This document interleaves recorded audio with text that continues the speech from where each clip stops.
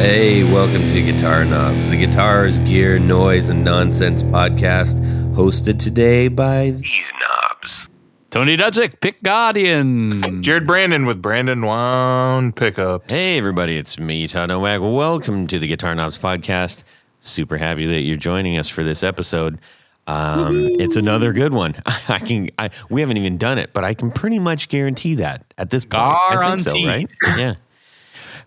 We've had a string of them, a string of really good ones, 200 plus actually. That's more than a string, but that's a strand. It is, and you know what, everybody, they are all available on our website, on almost all of the the podcast platforms, as well as on YouTube. So if you are scrolling through and checking out your stuff, then you can listen along. Hey, Todd, what is it that we do on this podcast? Well, I was just going to ask you that, Tony. Oh. Well, thanks for asking. I asked myself. Well, we like to talk about music gear, specifically boutique gear. Even more specifically, we like to talk to the makers of this gear, and that would be things like guitars and amps and pedals and pedal boards and pickups and the occasional pickguard maker. I know one of those guys. And accessories. Oh, the accessories. We love to talk about that stuff. Mm-hmm. Yes, we do. We also like to learn stuff, so we'll have 101s once in a while. We got a good one coming up, I believe. Oh, yeah. Yeah, we're going to feature Jared. So, hey, everybody, why don't you start sending in your questions? Are we going to talk about Mutrons? No, we're going to talk about pickups. Yep. That sound good through Mutrons. Big fat pickup fest. So, anyways, speaking of people that we like to have on the show, we've got one right now. Who are you people? Me? Me, Chris DiPinto. Right on. Chris DiPinto of DiPinto Guitars is joining us tonight. Yep. I think he fits the criteria. Indeed. I would say so. Indeed. So we're really excited to have him on. Chris makes some very, very recognizable guitars, I would say. Chris, would you say that? Yes. Yes. I think it seems to be your forte. So you can, where can people go see what you do right now? I'm really active on Instagram. I think if you just went to @DiPinto Guitars, you're going to see everything I'm doing up to the last minute. And that goes over to Facebook as well, so you can go there too.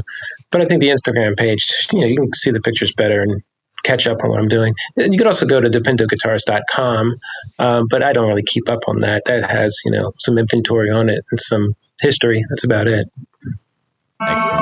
Excellent. Where are you calling from tonight? I'm in Philadelphia, Pennsylvania. Philadelphia. Man, there's a lot of great builders in Philly, man. Woo. And the Philadelphia Eagles. And a Philadelphia steak sandwich. Yeah, the Philly steak sandwich, yep. And cream cheese. Oh, don't forget Philadelphia cream cheese. If you look on there, it doesn't say it's from Philadelphia. It's coming from Virginia or somewhere. Oh, man. And the Rocky statue. Don't forget the Rocky statue. Yeah. Didn't they take that down? They took it down, didn't they? No, they moved it. They moved it because it's not really art. Come on. Yeah, there's a big kerfuffle about that. Go check out these guitars because they're awesome and they're really unique. And I think you might actually fall in love with them as soon as you see them. So we're going to get into that whole big thing in just a little while. First, we have a couple of announcements. And we want to thank Rode. Okay. We want to thank Rode Mics for providing this awesome equipment that we have at our behest to record our podcast. This is mighty fine equipment. And mighty fine. My only hang up with this is that our friends, the two Nicks, are all the way in Australia, and we may never get to meet them, but I sure hope we do in person. I think it sounds like a business expense if we go to Australia. Maybe your business expense. I've checked with my accountant, and that ain't happening. But anyways, we're really thrilled with the product, and it is pretty outstanding. Without a doubt. Yeah. I also wanted to point out, a little while back, I made a little post about, hey, if you want your brand in our patrons' hands, you can send us a little packet of stickers or pics or whatever kind of doodads you want to get out to the people that are supporting the show and others. You know, whenever guitar shows come back, you know, to the public, you know, we usually take out a bunch of swag and you know, as we're talking to people and share it. But I made that mention and I got quite a few things. And one of them says, hey, Guitar Knobs crew, here are some stickers. Throw some in your patron packs and keep some for yourselves. Will do. Thanks for doing what you do. And that's from Taylor at Pedal Haven. So thanks so much, Taylor at Pedal Haven. Taylor. And if you're out there and you're like, hey, I've got a brand, I make guitar stuff, I listen to your show, and you want to send this to those, then just shoot me a little DM on Instagram or send me an email, todd@theguitarknobs.com. All right, let's get into a little bit of what's going on in our music worlds this week, everybody. We're going to start over on Tony Avenue, and then we're going to swing down to Chris DiPinto Boulevard. It's actually Tony Lane. I said Tony Avenue. But it's Tony Lane. Complicate things. I must. Do it, Tony. Okay, so this week, well, in addition to my normal making of pick guards, I occasionally converse, and otherwise hobnob with my fellow guitar building wizards. And I just found out something that I thought was interesting. And actually, it was announced last, I guess, October or maybe earlier than that Fender is no longer going to have ash guitars in their standard lineup. Why is that, Tony Baloney? Because that's weird. Well, I think they're said they'll continue to do custom shop. They'll continue on maybe some special runs, but the day in, day out stuff, apparently the price of swamp ash in particular has gone through the roof. And I guess there were some floods in the south where they harvest swamp ash. And then they were, I think, substituting in some cases northern ash, which is what they make baseball bats out of. But it's probably 2 or 3 times the weight of swamp ash. But now up north, we have the ash borer, which is decimating. I think last I heard, it was 70% of all of the ash trees in the north. Jeez Louise. So ash is, that's becoming a hard to get and expensive wood species. So, I mean, I can't imagine a butterscotch telly not being made out of ash. I mean, to me, I'm not a huge fan. I mean, to me, it's a little too bright for my taste. But, you know, if you want that quintessential Telecaster sound, like a 50s kind of telly, I don't think you can do it with anything but ash. Balsa wood, yes. But I'm sure it's someone will come up with a Chinese substitute that will be the next best thing. Chris, what do you typically use? It's funny you say, because I'm sitting on a bunch of pieces of ash that we haven't even cut into yet. I got them years ago for the USA factory, and that sputtered for a while, and now COVID has really killed it. So even the foreman over there was saying, "You still got some ash over there, don't you?" And I'm like, "Yeah, I do." And that was in the summer. He was talking about the price going up. So yeah, that's when it all kind of started, and now. I guess Fender probably has a gold mine filled with boards, but they're reserving that just for custom shop and special runs. And I don't know what I should do. Should I sell my pieces at a high price, or should I hold it? You should hold them and sell them for a higher price. I know, right? They're going down. Yeah. Well, that is interesting news. See how that affects. It's kind of weird. We're running into more and more situations where it's like, oh, can't use that anymore. Whether it's rosewood or ash, and these things are so common before. So yeah, curious. Well, I guess we'll just have to go back to recycling pallets. Yeah, right. Let's see here, Chris. What's going on in your music world? I've been just busy writing songs and recording, and I've always been way behind times with recording. I've used, like 8-track reel-to-reel, and then I went to a little Zoom 4-track, Mm-hmm. So may I ask what inch tape? Are 2-inch tape, 1-inch tape, 1/4 inch? Oh, I was 1/4 inch. I had the old Fostex, the one that Steve I used back in the 80s. I still have it. Heck yeah, that's cool. It's cool. Right. It sounds amazing. Yeah. Yeah.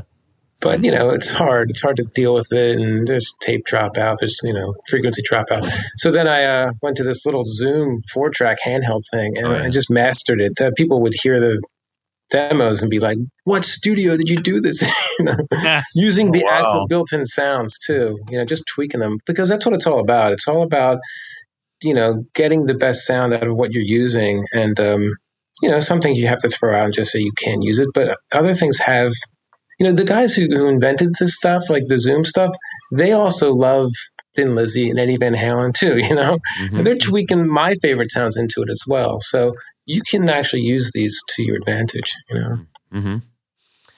But lately, the thing is, they're super affordable. Yeah, they're so cheap, and you can get so much out of them. And I'm talking about one that I got back in 2005, maybe. So I just, I had to give that up, because the real problem was, how do I turn it into an email file that I can send to somebody? I was going on to a disc, like a CD burner, Mm-hmm. and then, it was such a pain. So I really had to start recording on a laptop and emailing stuff that way. And once I finally got myself a program, I think I'm using Mixpad right now. I just can't believe how great it is just to email a file and send it back and forth, and someone sends you a track and you just download it onto the track and there it is. And especially with COVID, we're emailing tracks back and forth and we're writing songs this way. It's great. Yeah. I love it. It's remarkable what technology is affording us in the music world. Yeah. Jared, how about yourself, buddy? Oh, yesterday was new pedal day. So, Denny Kopp of Kopp Stringed Instruments, he's up in Catawba, Ohio, a stone's throw of where I pretty much grew up. And he told me about this fella named Calvin Cordy, and said Calvin was interested in a set of my pickups. So anyway, I asked Calvin, I said, what do you do for a living? And he said, I build amps and repair amps and I make pedals. And he's got a pedal out right now called Velvet Fog. Oh. And he makes this pedal with it's got like a tube. A vacuum tube. So you see he makes a little window in the center. Yeah, we were talking about that on one of the recent podcasts there. Exactly. So he did that, and man, when you take the cover off the back, it's all like point to point. He's used to doing a lot of point to point with amplifiers and stuff like that. So he already has the skill. Is that endorsed by Mel Torme? It could be. There's one other person besides me that actually knows what the hell you're talking about. Mel Torme's nickname was the Velvet Fog. The Velvet Fog. The Velvet Fog, baby. That's the name of the. I don't know if that has something to do with it or not, but it's a really cool it's a really cool housing. Mm-hmm. There's this clear layer on the bottom. You know how you have the bottom of the housing. Well, he puts a clear piece of, I don't know if it's plexi or some sort of something, and so there's a whole ring around the bottom of the pedal that lights up when it's on, besides the indicator on the top of the pedal. Nice. It's built really well. I have pedal number 4. Nice. And he built this along the lines of to give you the dumble sound. So it doesn't. I plugged it into a few Marshall amps and it doesn't correlate with the Marshall very well. But if you've got a clean Fender amp, that's what you want to use this pedal for, and it'll blow your eardrums out, and it sounds awesome. Yeah. So Marshalls in general don't like pedals. They don't play well. They don't. They like very little. You know, a little of this and a little of that, but not too much of anything really. Yeah, they don't like to be front end loaded. That's nope. So anyway, this pedal I hooked it into my twin reverb that's been brown faced. The thing is amazing. It's loud as heck. It's so yeah, I'm really happy with that pedal. So cool. That it was new pedal day, so I'm really excited. Bueno. And tomorrow I get to go up to Lay's Guitar Repair. So that's going to be fun too. See how my 69 Martin's doing up there. Oh, do you have anything else there? Didn't you have your purple sparkle up there? I'm going to take that guitar to him tomorrow. Wow. That's going to be neato when you get that done. Be like, yeah, I want this in purple sparkle. So awesome. Hey, Todd, speaking of Lay's Guitars, what's going on in your music world this week? Yeah, Lay's. Nothing having to do with that. However, I recorded it was the 1 Minute Wonder with the ADD Overloader Deluxe.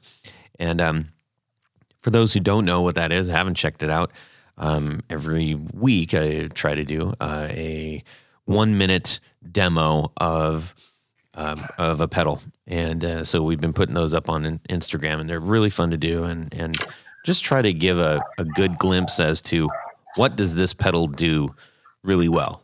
I don't go into like, here's all the 14 knobs and everything. It's like the internet is full of that, and you can find that if that's what you want. But if you just want a quick hit of like, ooh, that sounds cool, then check it out. Anyways, I just kept playing with that. The tweakability of that and how it affects different combinations of pedals is just outstanding. It is such a great pedal. The Audio Disruption Devices Overloader Deluxe. And Dan Minner was on the show previously, so you can check that episode out. It's just a few back. And he's actually been sick off and on for like a while now, and I hope he's getting better. But poor old Dan was having a hard time the other day. I reached out to him just to see how he's doing. But yeah, these are handmade pedals, and they sound excellent. And especially, I personally just really love this Overloader Deluxe because of all the filter. It's just basically it's like a signal manipulator. It's got filters and resistance manipulator and band passes, and it's just great. And it looks cool. So that's always a bonus, you know? Anyhow, good stuff. So that was a fun pedal to play with because it really does affect even for a punch in. Like it's not a pedal that you necessarily have to say, oh, I'm going to leave this on for an entire song. You can just punch in and out of it, and it just like radically changes the way that it sounds. Like you can go from something nice and smooth sounding like something that, you know, came off of one of the Stooges tracks in like a split second. It sounds just really cool. Nice. So there's that. How about some of this? Yeah. Perfect. 1, 2, 1, 2, 3, 4 on the floor. Jared, name something that is short, really flat, plugs into things, and black.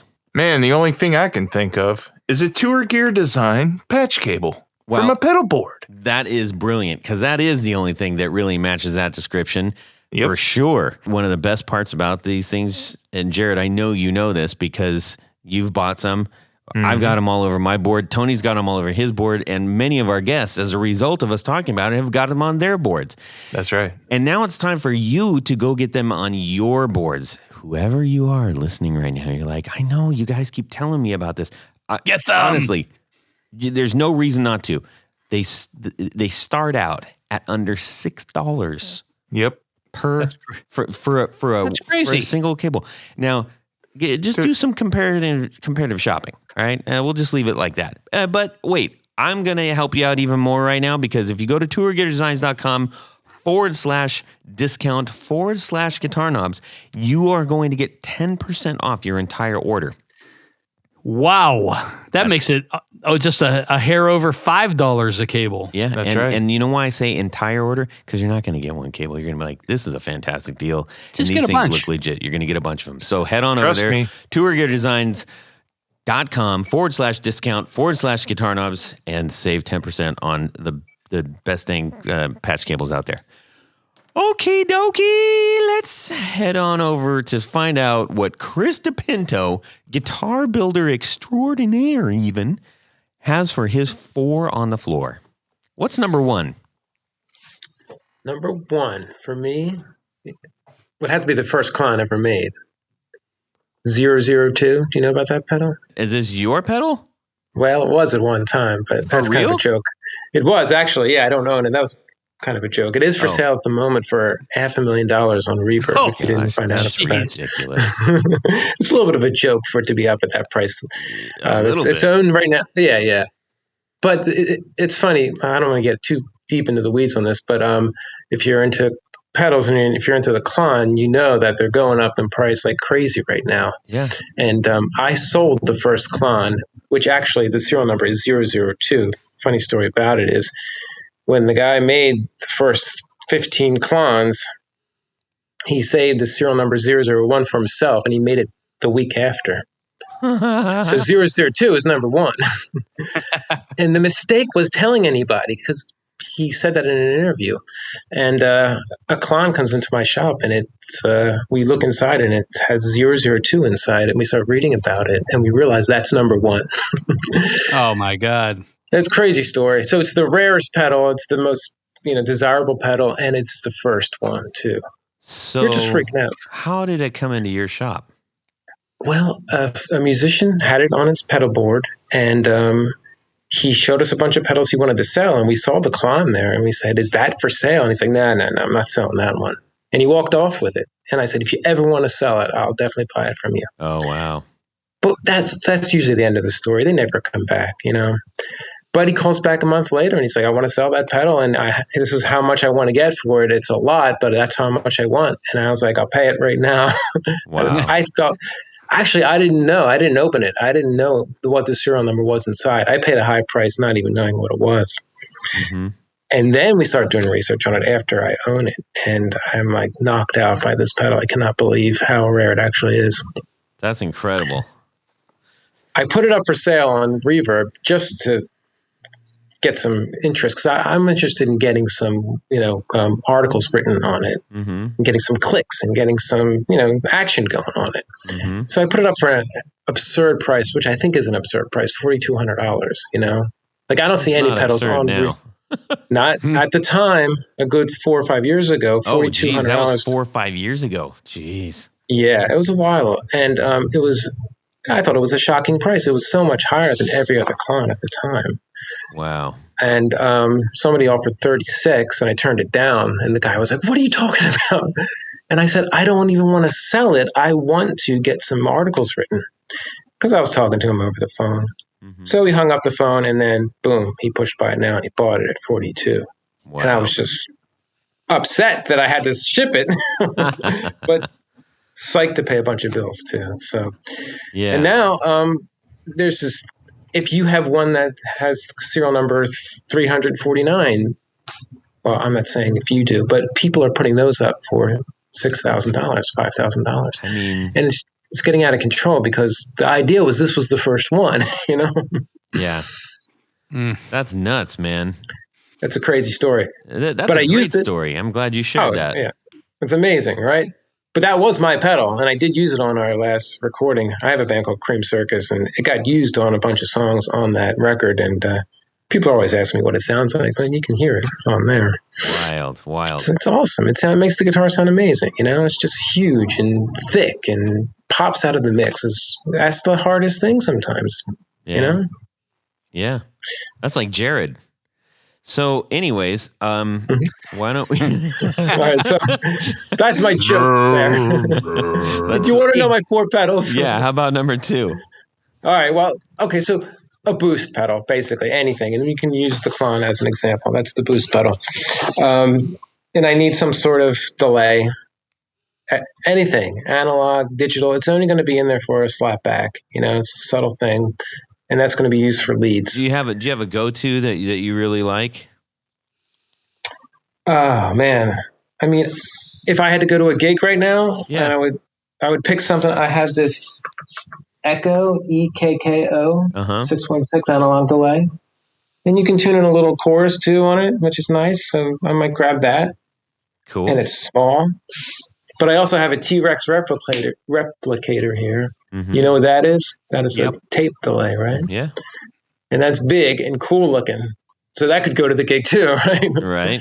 Either one, I don't care. It's just as long as it fills in for the leads, because just, but then again, like, what is the gig of the night? What are we playing? What's the music? For my band, this is what I have to have. I would say just make it for your band. What the kind of music you make, and that'll be the parameter we use for the last two.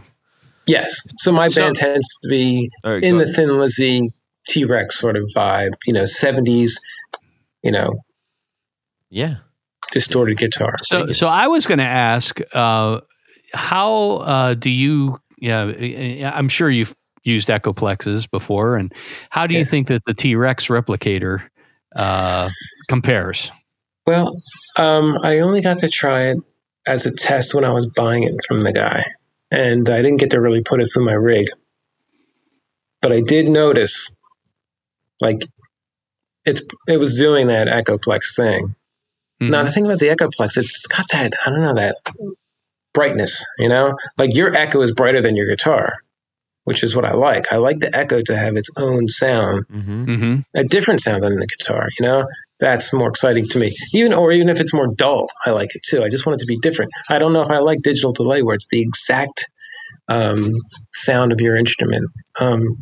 So this thing was doing a different sound, and I liked it. It had the sound of tape, because that's the only way you can get it, And I kind of like the unpredictability of tape echoes. Sure. Sometimes it depends on the age of the tape, how fast what your current is running through the pedal and that sort of thing. Yeah.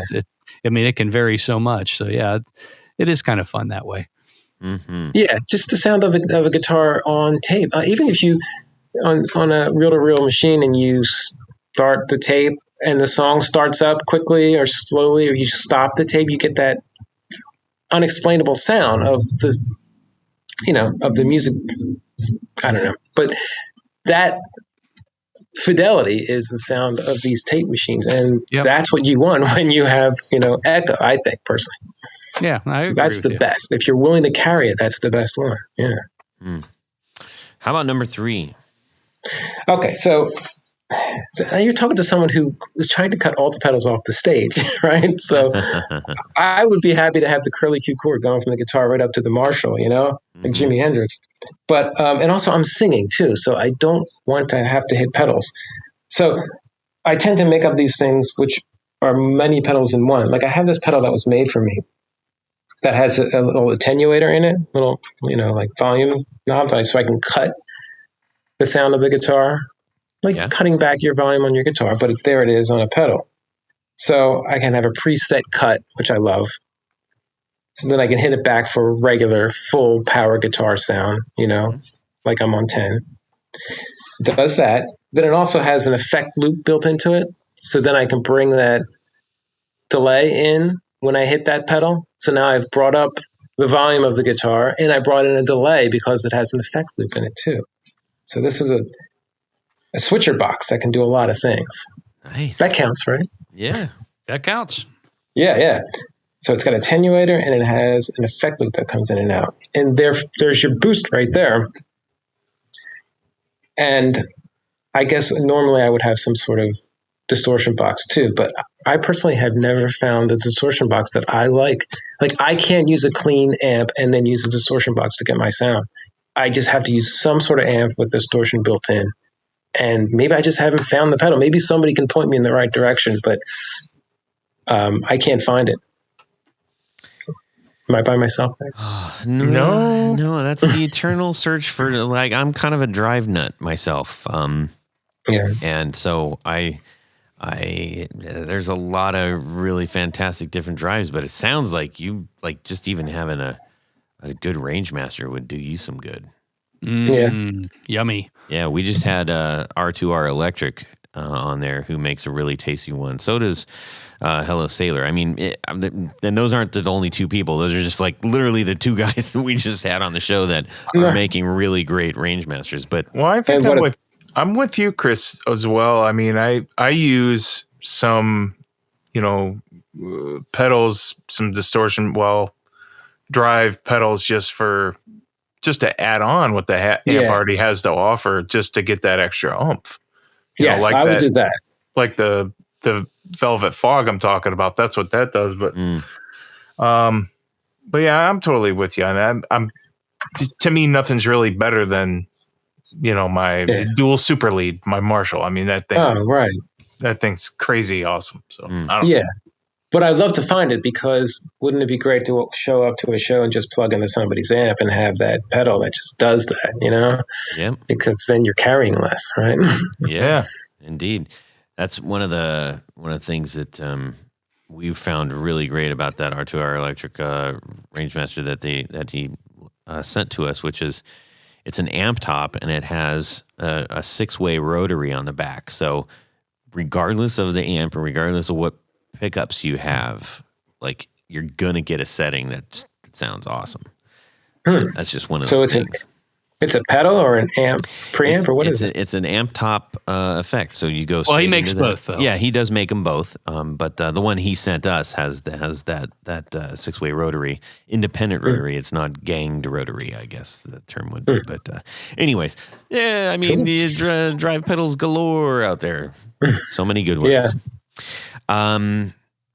So, ladies and gentlemen, we're going to dig into Mr. Chris DiPinto's guitar buildingness, I guess you might say. And in a nutshell, Chris, what would you say you've kind of made your name on? Oh, I am modern retro. I think I started it. And maybe someday someone will explain to me, no, this guy was doing it first. But in 1994, 95, I am trying to make weird 60s instruments like they were made back in the 60s, like to the detail. And I was only doing it because I was left-handed and I loved them and I couldn't find them. It was only out of necessity. And I just had a few people want me to make these guitars for them, which really wasn't the plan. And as it started to take off, I was told to my face that, what the hell are you doing? Why do you want to do this? Who wants this? Mm-hmm. And I only say that because, it's just come around to that. Like, everything is 60s retro wild. And it's just such a great thing. I love it. I'm so glad that I can look around and see stuff that I love, because in the 90s I was looking at Steinbergers and PRSs and just was a headless tough time guitars. in the guitar world, I think. Yeah, it was flame tops, salad bowl looking things, and I did all the trade shows. Believe me, I saw all the guitars, and it was kind of a lonely place back then, but it's not now. So no, it's nice. When you say 60s guitars, are reminiscent of ...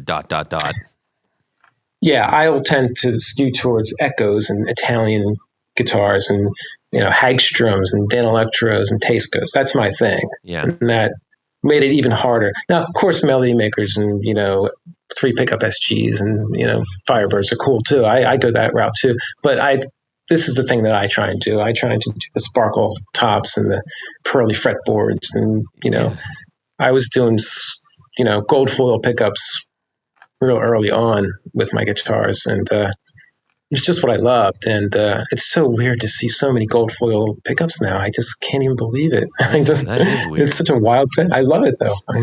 I'm glad Jared made me some awesome blue foil Tasco pickups for it. Yep. Amazing.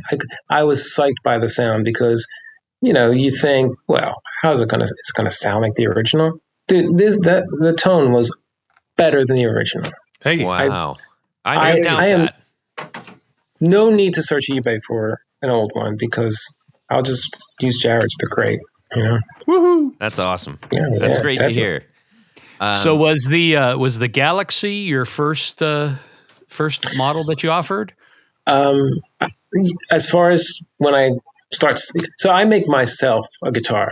I make this 10-string instrument. It's like tuned in fifths. That's the first thing I make. And it kind of looks like this rare Burns thing. It's very angular. Kind of looks like a Pro 1. You know what a down electro Pro 1 looks like? Yeah. Very 50s angular. That's the first one that I make for myself. And that's the one everybody sees me play on stage and they're saying, make me a guitar like that. So then I say to myself, well, I'm not going to make you my, signature guitar. Right? I'm young and I want to be famous, right? I'm not going to start handing that to other people. So I figure I'm going to make 3 other models and see if other people will buy these other 3 models. So I do. I make a thing called a satellite, which is an offset Jaguar shape. And that becomes the Galaxy later. That's what you know. Yeah. As the Galaxy. And then there's the Mach 4, which is more of a Mosrite. Mm-hmm. And then there's this Les Paul thing, kind of Les Paul. It's more of a Supra-looking thing. That was the Belvedere. Yeah. They were the 3 at first, and I presented those 3 to the first 3 or 4 buyers that were interested here in Philadelphia, and they all picked the Galaxy or the Satellite. They all picked that one, so I made a bunch of those at first. When Jerry gets hopped up on something, as we all do, we reach out and we go, "You gotta do what you want. You better have this guy on the show." So I was, man. All right. That's verbatim too. Yeah, but your guitars are in the hands of 2 of my favorite guitar players, Elliot Easton. Oh yes, and Will Crudson. Oh wow! Because I love the Cars and I love Adamant, and I was at the stage on the last Adamant show, and it was cool just watching Will do his thing. He's a fun guitar player to watch, and he brings flash and show to the the right amount. And then as I was learning more about him, because I think at the time he was playing, he might have had an Eastman. But anyways, I noticed that he had one of these. I think he's using it for his Scant Regard band, and I was like, oh, wait a minute. And I started putting, all these things together. So anyways. Oh, yeah. Well, he's one of the few that will go on stage with a weird 60s instrument. Oh, yeah. I'm trying to remember what the model is, but it's the one with all of the rocker switch, the multicolored rocker switches up at the top. Yes. Yeah. He's playing one of those, I think it's a Spectrum. Yeah. Yep. Split pickups. Yep. Oh, man, he gets a great tone out of it. To be able to get a great tone out of a weird thing like that, it's awesome. And I've never played one, so maybe they're actually really nice. But yeah, he's playing after my own Eastman heart model on that, which is going to be probably built a little bit more playable, I would imagine. Oh, okay, all right. And the thing that kind of knocked me out about, so what's curious is like there's a similar, you've got the round rocker switches. These are the big rectangle ones, and they're all single pickups. When I look at guitars like that personally, and this is my sort of like weird Strato business here, I play a little bit more physical, I feel like. Maybe I'm just imagining that, and I play more rhythmy stuff. And he's playing the same stuff. I mean, it's like, it's Adamant stuff. So he's not wheeling necessarily. He's doing a little bit of that.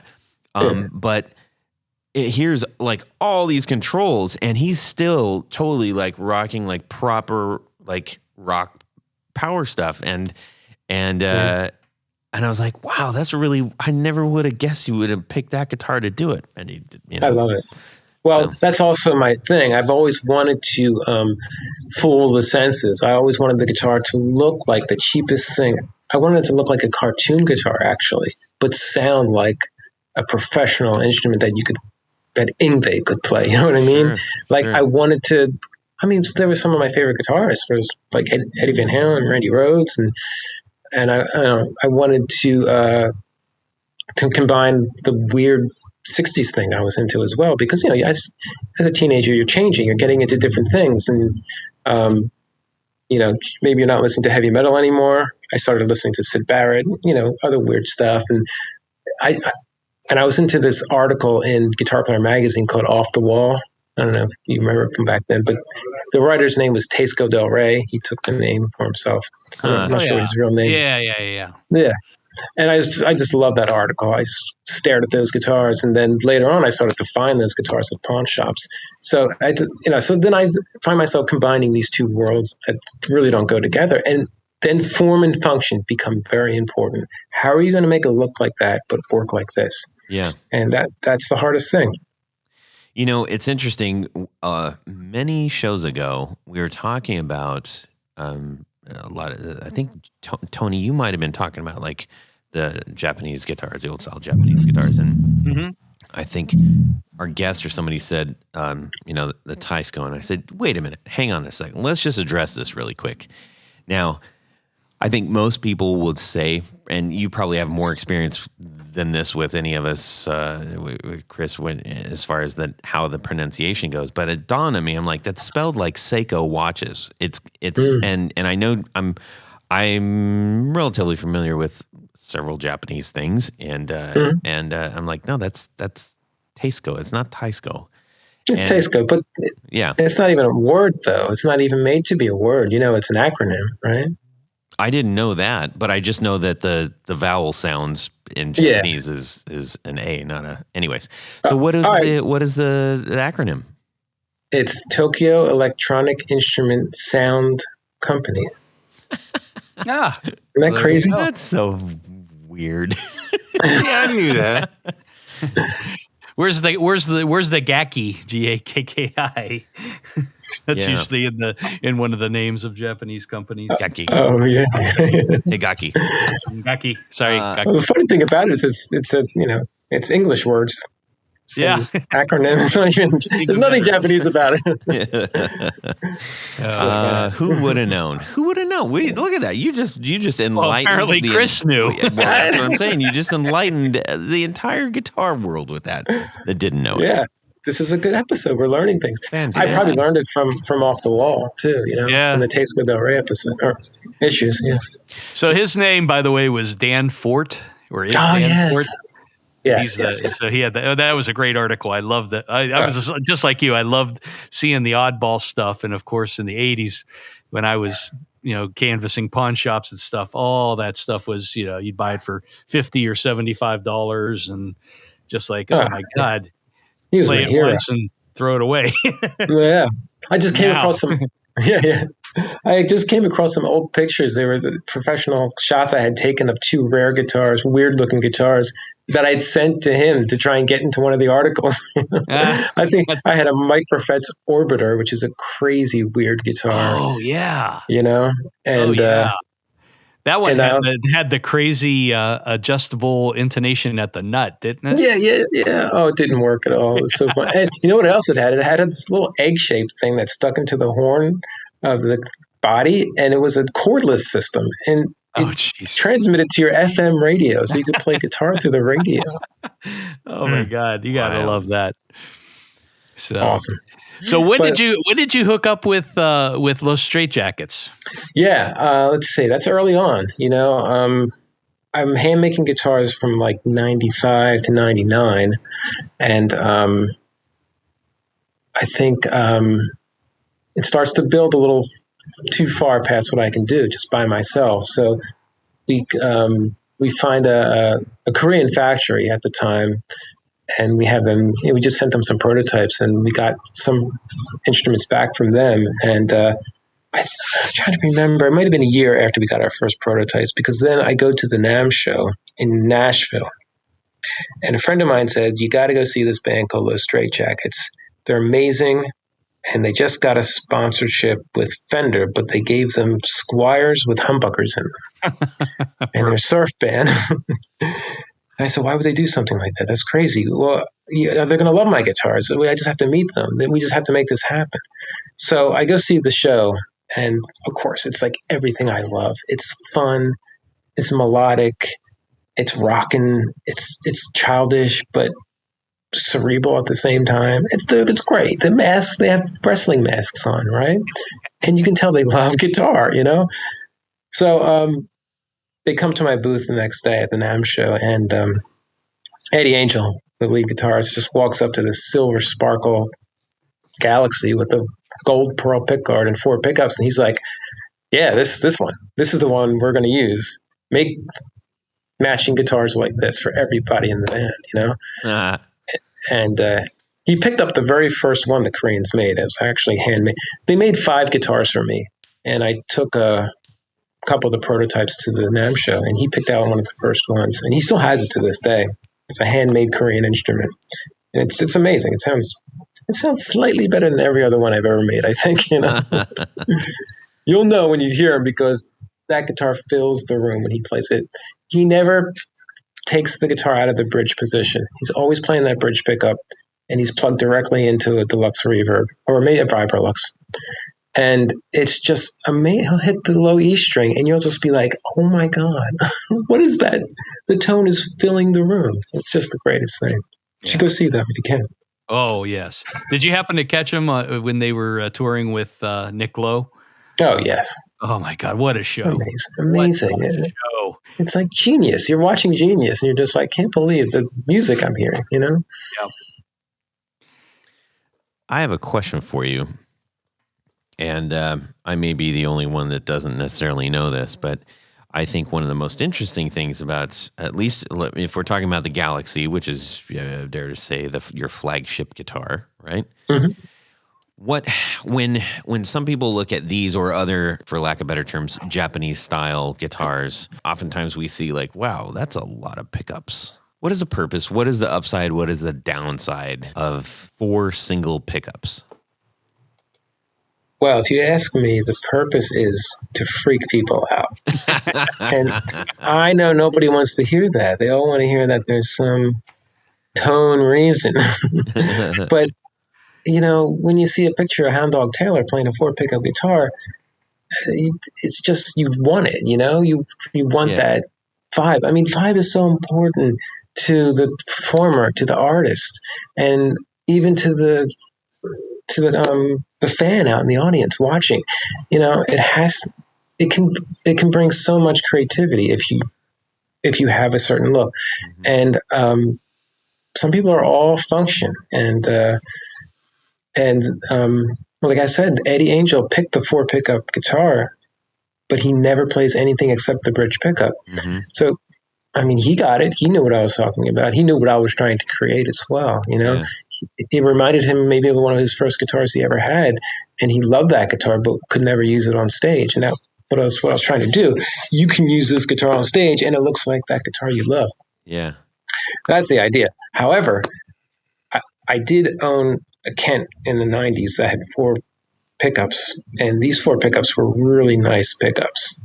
So the combination of the 4. It was beyond Strat, you know, when you get 2 Strat pickups on at the same time. It was going beyond those tones, you know, because you had 4 of them. You had more combinations. And then so I figured, well, this is useful sonically, too. You can take 4 pickups and offer it to somebody in the studio, and they can get all new sounds. But they're all very similar, all those 4 pickup combinations. I think people are expecting otherworldly, but it's more Strat type sounds. Mm-hmm. Yeah, and if you have 4 of those pickups in those style, the single coils, you know, those aren't really high output at all. So all 4 are going to complement each other in any configuration they're wired to, in my opinion, because you know you've got more room for more tone when, you know, not each pickup's not like 20K versus 6 or 7. Exactly. Well, if you remember though, Jared, you know, one of the first projects you and I worked on together was the Marauder. Oh yes, I do. With the under the guard pickups, those were kind of a weird thing because they were so far away from the strings. Yep. But all the coils were just, you know, everything was so scrunched together. Yeah, and you could put it. I had it switched so you can go in and out of phase and hum canceling in certain positions. It's actually pretty. It's fun to play around with. Now, how practical, you know, it's. So I'm all about getting those pickups close. We were able to get good tones out of it with the. I think if the pickups were above the plastic, you just stand a much better chance of getting some good tonality out of it. A lot of magnets too. Oh yeah. Okay. But yeah, so it was just a fun project. Fender had released the reissue of the Marauder, and they had wrong pickups in it and everything. So I said, well, let's just route out the body and drop 4. I pulled up the specs off of the patent application. And Jared made 4 of these pickups for me. Oh, that's cool. And they were crude too, but they were monsters. I still have it. Yeah, it looked great when we were done. It's cool. Yeah, I think maybe if you use an EP booster or just some sort of little booster, I think it would sound okay, right? Yeah, I think that if Fender would have continued with that design, they probably should have put some sort of onboard preamp or something like that. Which maybe just make a whole giant large cover for all 4 of those pickups and actually raise them up. Yeah, closer to the strings. I think would have been a better thing to do. Yeah, I had a customer one time. Well, he worked at a guitar store, and I was shipping DiPintos to their guitar store. They were selling them, and he kept demanding that I lower my pickups down to the level of the pick guard. He said, that's what Clapton did. He had his pickups way and far away from the string. Why are you shipping your pickups with them so close to the strings? And I'm like, whoa. I need people to hear output when they plug my guitar. They're not going to buy it. Listen. And he's like, you don't know what you're doing over there. Oh, dear God. So he was saying, crank the amp up and lower the pickups. Now, maybe there's something to that, but maybe you need a 68, 69 plexi to do it. Yeah. Wow. It's interesting what you said about the how much the look plays into something. And this goes with a lot of things in life, right? You're talking Todd's language now. Yeah, for sure. Because look, let's face it, if Ace Frehley was rocking like a Junior, no. And no makeup? It doesn't. I was going to say no makeup. Forget the makeup. Just the guitar alone. If he's like, yeah, then you're like, well, it's like a little melody maker or a Junior with a single. No, dog man, he's got a 70s sunburst with 3 DiMarzio double creams. Exactly. And the middle pickup doesn't even throws out flames, baby. It's turned off. It's not even. It's a little. It's actually not even a pickup. It's a little door that opens up. Yeah, it's a picture of a pickup, and it opens up to let the smoke out. Yes, yeah, beautiful. But that you're right. It's like 3 exhaust pipes instead of 1. It's better. Yeah, I know. And obviously the kind of music you're playing makes a huge. Fitting that for the music is a really big deal, and that's something that I marvel at this. I'm hip to it, but I marvel at it when I'm seeing other bands. I'm like, your music is really good, but you guys look like you just came in from work. What the hell? I know. Like, you don't have to tell me. You gotta have a gimmick. Well, let's take it to the next level. I mean, I have a band, like I said, called Cream Circus, and it's 70s glam rock, and it is platform shoes, and we're doing the whole thing. Yeah. And the people in my band, they have to get on board with these outfits, but yeah, as you can see how detailed I am with the instruments, the outfits have to be just as detailed.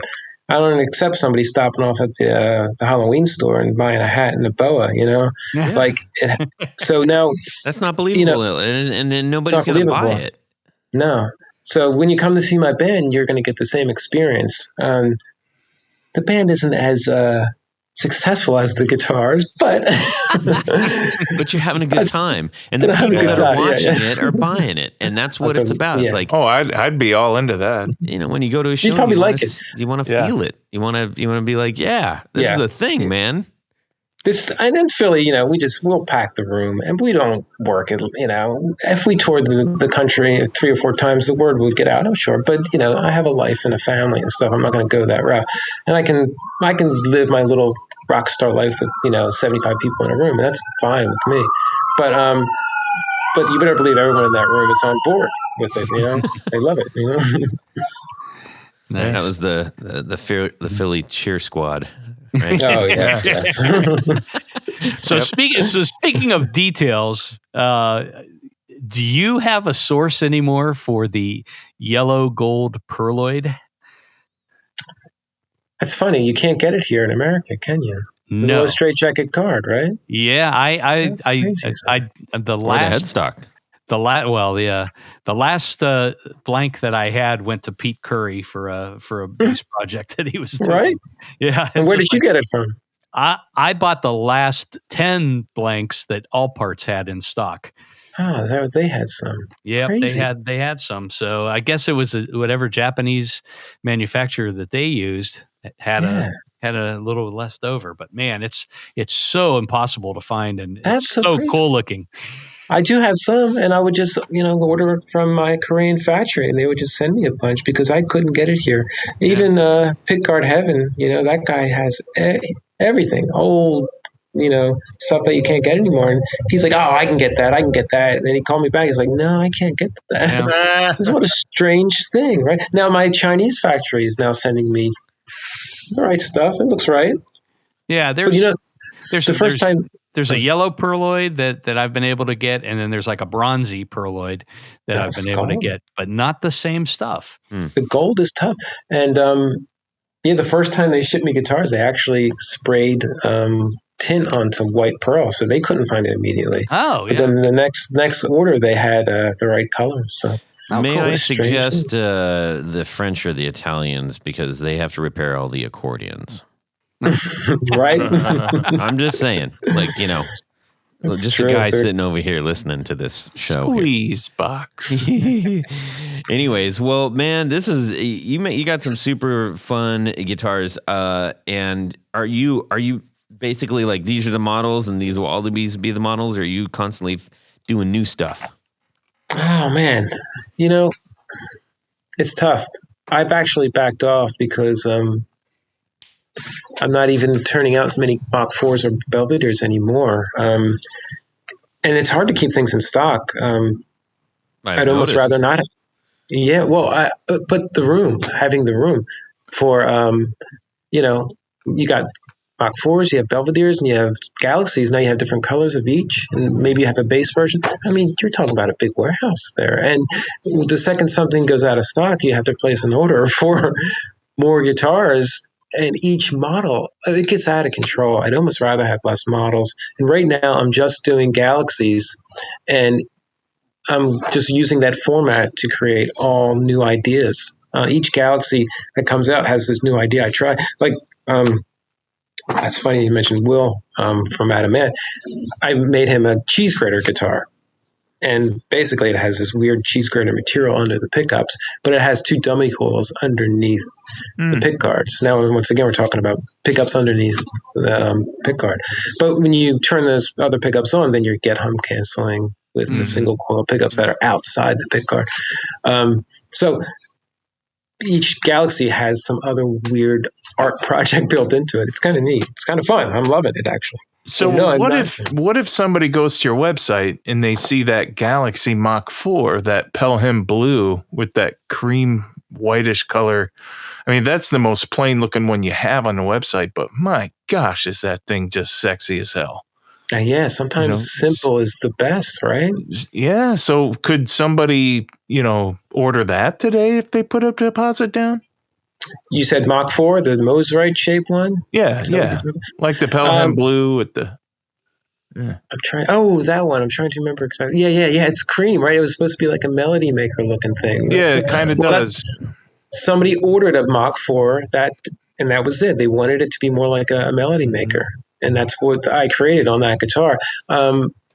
Tough because that body and neck was made in the USA factory, which is not happening right now. But he has all the CAD drawings. Like, I could get those things and I could have them. I can have those parts cut out somewhere else, even in China. That might be the next one we do in China. But yes, it would take time to have that one made.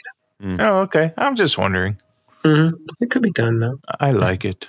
I love it, too. So about 20 years ago, I guess, I had one of the Mach 12s, the 12-string. Oh, yeah. And that was a wonderful guitar. I mean, it actually sounded good. It played in tune. Yes. That was a nice job on that. Now, that was part of the import line. Is that right? Yeah, that was Korean. That was the Korean factory. And we stuck with them for a good 10 years. Well, we would have still be sticking with them, but they closed up. A lot of the Korean factories closed up a good 5 years ago. It all just it crashed like the stock market. They all just disappeared because cost of living in Korea went up, and that's so weird because like in the last couple of years, it's like we've seen more and more.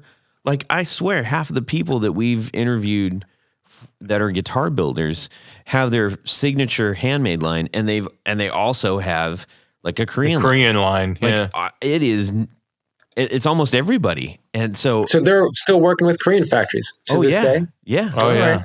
Sully, Pure Salem, those are like just two that come to my mind that they have. Well, you got Reverend, and still doing Korea.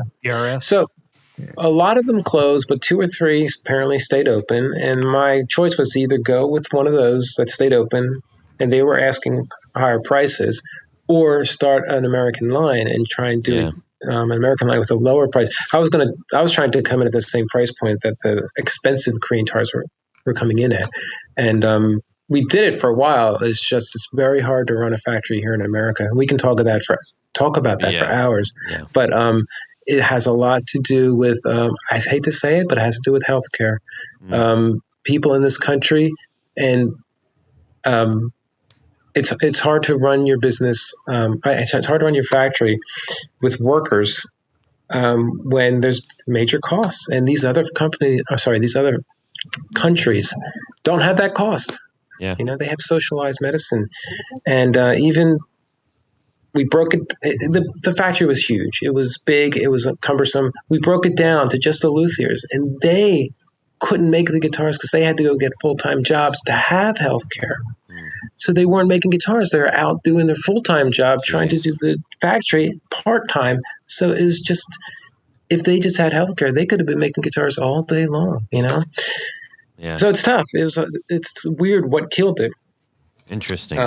Well, and also from what I understand, I remember Pure Salem sharing this, is that like, hey, I'd love to make a new model, but I have to buy 700 of these, or was it, you had to fill at least half of a container, like a container ship container. I never did that. I always shared a container, and that brought the price up. So that's probably why they want to do it, bring the price down. Yeah. So now I'm doing China, and I don't know. The quality is me now. The guitar comes to me with problems, but I can fix all those problems. I level the frets. I make a pick guard. I rewire it the way it's supposed to be wired. I'm taking the pickups apart, flipping the magnets on them to make them hum canceling. Wow. I'm rebuilding everything on it. And when it's done, it's the exact guitar I wanted from the start, and it's awesome. And people love them. Tons of great reviews. That's cool. And it's fun for me too. I can imagine this. That's like I envy the ability to like make a guitar that you want. Like I just it's a special thing. And you make a special guitar, and so I hope that you continue to do that, and that people who maybe haven't even heard of you or aren't familiar with this, or maybe haven't even dared to say I could rock a crazy guitar like that they would. Yeah, give it a shot. We're gonna mosey on over to see what's going on with Jared. I'm pretty sure we've got a special one this time. Yes, we do. We have a special long Would You Rather. So, ladies and gentlemen, without further ado, would you rather? Today's Would You Rather, buckle in. It's gonna be a while, and it's really fun. And this is from our good friend Mike Millard. So, would you rather? You're walking down the street, and you have in your hand your latest telly build. You're a hobby builder. You're a serious builder, too.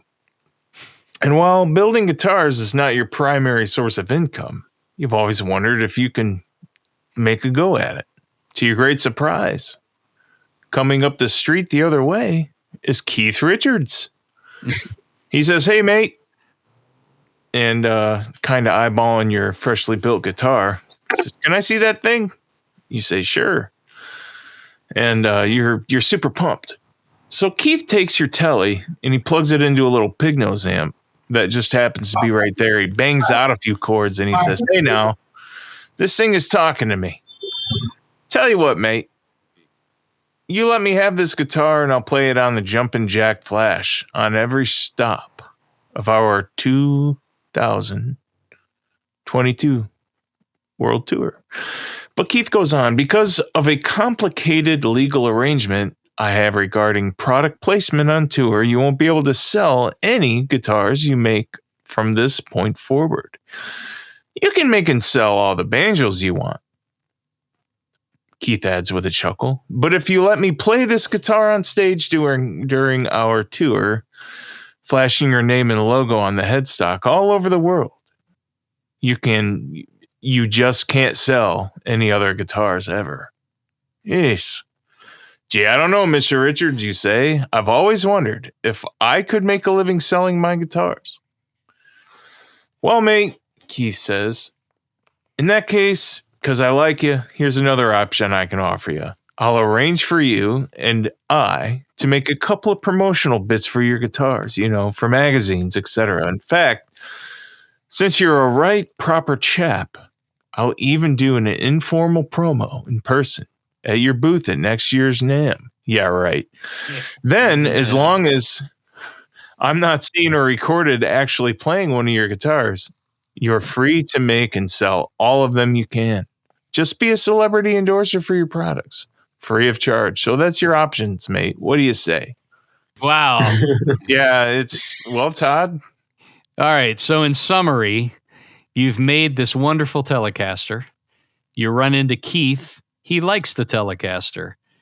But if he plays it on Jumpin' Jack Flash in the 50th or 60th anniversary tour, you can't make any more guitars. You can't make any more guitars, only banjos. Yep. Or Keith, because he likes you, he will become a spokesperson for your company. And be ransacked and mobbed at NAMM. Yeah. Okay. All right. Tony Baloney, what are you going to do? Well, not being able to make or sell other guitars would not be an option in my book. So I'm going to let Keith do the endorsement at NAMM and, see what happens. Let the chips fall. But yeah, I mean, honestly, how much, one song on a tour, not going to get much exposure. Sorry. Yeah, that might be the song that you go to the bathroom on. Or get a beer. All right. Or change your mask. Yeah. Change your mask. Right. That'd be fun. Jared? Yeah, I'm going to do the promotional, I'm going to do the promotional at the NAMM show. I think that would be more beneficial to me.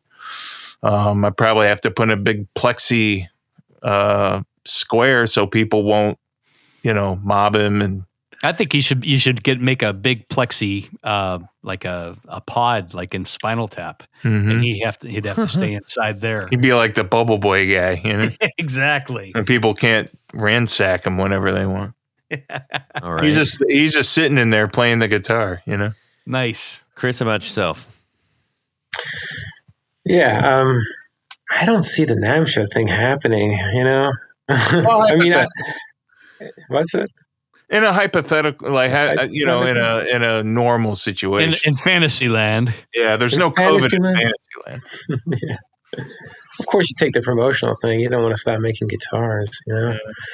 But I mean, it happens to me in real life where someone says this or that, and well, that sounds like a better deal for me, but the better deal for you never seems to pan out. So you can probably kiss both deals goodbye, So he's probably not coming to NAMM, And it was fun to meet him, and that's usually where it stops. But yeah, if he comes to NAMM, then go for it. Yeah, he really shows up, man. Huh. I What feel about like you? Oh, go. I think I'm gonna have to side with you guys on this one. Of course. Yeah, it sounds tempting, but it never is not a good word. So, never being able to do whatever blank is usually not ending up well, despite how tantalizing the Keith carrot may be. So, Yeah. I guess I can say I'm also talking from experience as well. I built pickups for a guy about 12 years ago that put him in his guitars, and he sold 4 of them to Steve Miller of the Steve Miller Band. And Oh, that's Steve Miller? Oh, yeah, does Steve Miller have a band? that one guy does the couple of hits or whatever. Big old jet airliner, Steve Miller. Yeah, There's another very famous Steve Miller, by the way. He's not a musician though. Is he a space cowboy or a gangster of love? All right, Tony, shut it. and even after, and he would play, I think 2 out of the 4 on stage, but only for one song. Yeah. Or 1 or 2 songs, I think, because I think he toured with 100 guitars at the time. But What a joke. yeah, it's just like I guess I might change my mind if the option was that you couldn't make that exact model that you gave to Keith, but you could still make guitars. Sure. brand, with your brand. Yeah, that I could go for that, but yeah, to not be able to make any other guitars. Mike Millard, thank you so much for the Would You Rather. Indeed. Everybody send in yours too. Indeed, we appreciate the thought that went into that. Chris, if you hang out for just a second, we're going to thank some very important people to us, and then we'll wrap up with you, okay? Mm-hmm, sure. Awesome. Tony Baloney? Yes, at Tanya this point. Balonsky? Yeah, this is me. Hello? Take your time, buddy. Okay, I'm going to stretch it a little bit if that's okay with you, Todd. At this point of the show, we have a special group of VIPs, very important people that we like to thank. These are executive producers, and they deserve every bit of thanks that we can muster up for them. What's an executive producer, you may be asking? Head over to patreon.com/The Guitar Knobs and find out all the ways in which you can participate, can be a sponsor, can be a patron of this very podcast. Each level comes with a great thank you gift package, including things like t-shirts and barefoot buttons and stickers and picks. And oh my goodness, the list goes on and on and on. Even keychains, I'm told. But as an executive producer, you get all that great stuff. And there's one more thing, Jared. What is that? Get to have your name right on the thing. Your name right on the thing. That's what I'm doing right now. So special thanks to these executive producers.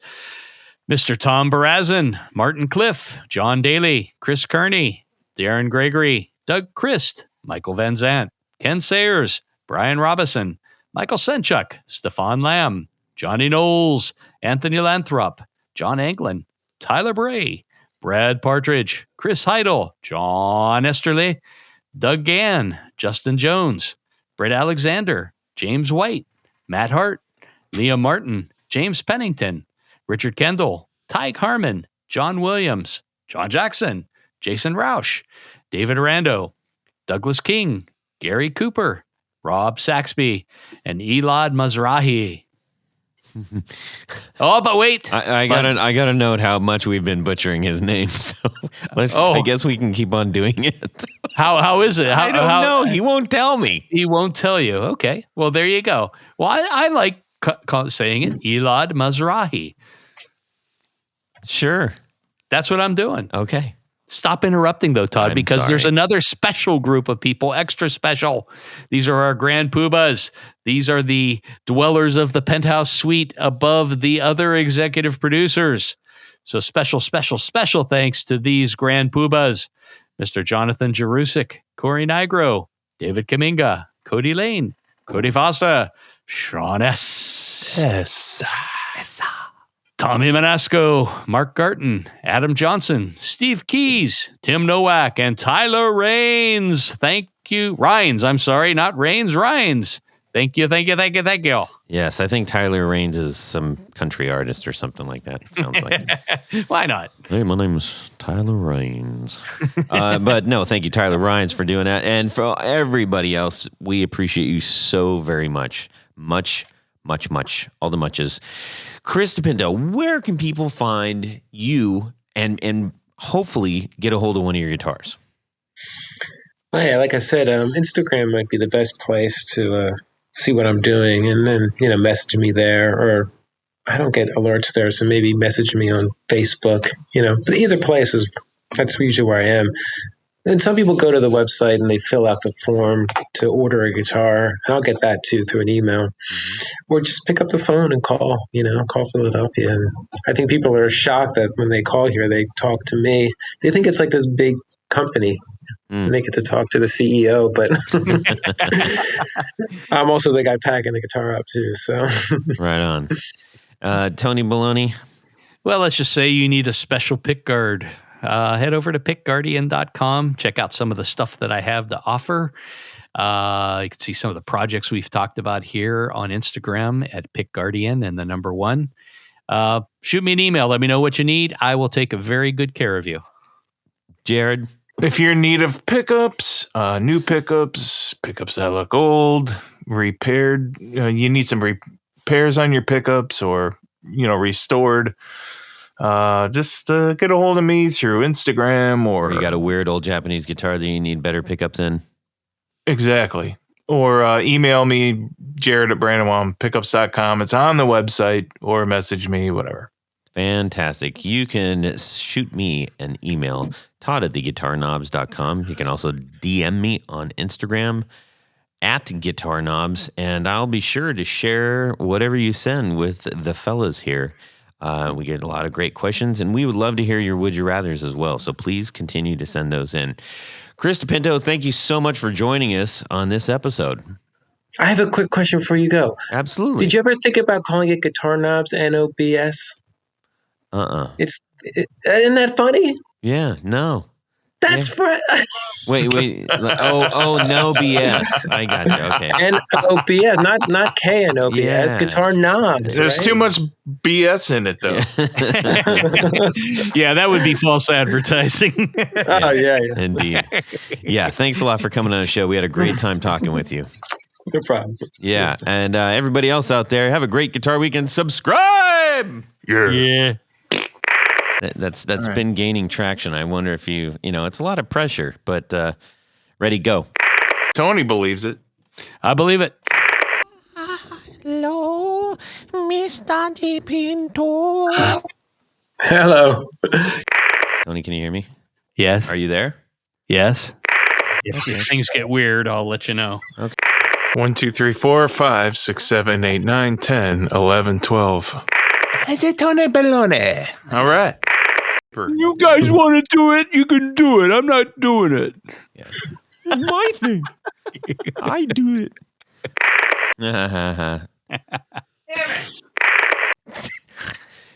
All right, one more time. It's remarkable, like those two things in combination.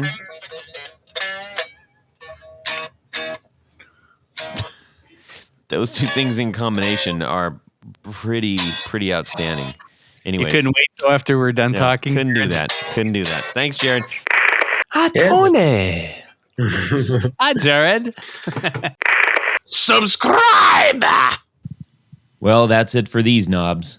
Please visit our Patreon page at patreon.com/theguitarknobs. Visit our website at theguitarknobs.com for all of our past episodes, 4 on the Floor blog, and other good stuff. You can connect with us on social too at our Facebook page and share your gear and stories on our Facebook group. Also, be sure to check out our Instagram at Guitar Knobs. Catch you next time.